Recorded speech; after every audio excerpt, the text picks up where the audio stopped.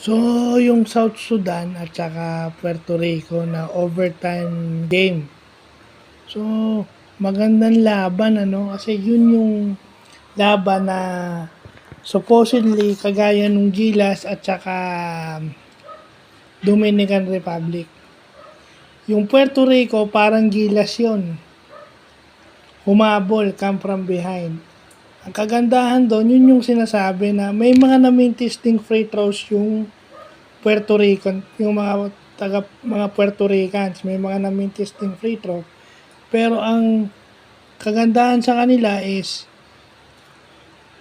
they attack at kahit sino sa kanila umaatake sa basket, kahit magmintis, iba dalawang free throw yon, magmintis ng isa, okay lang, depensa din babalik.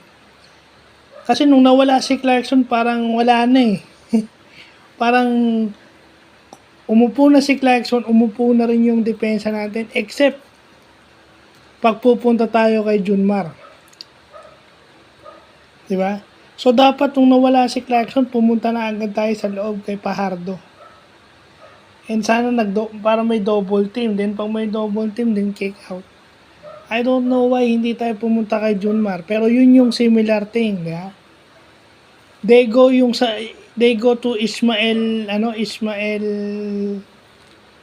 yung big guy nila. Although nagmintis yun ng dalawang free throw that makes the game overtime, yun yung sinasabi, they go to the big guy.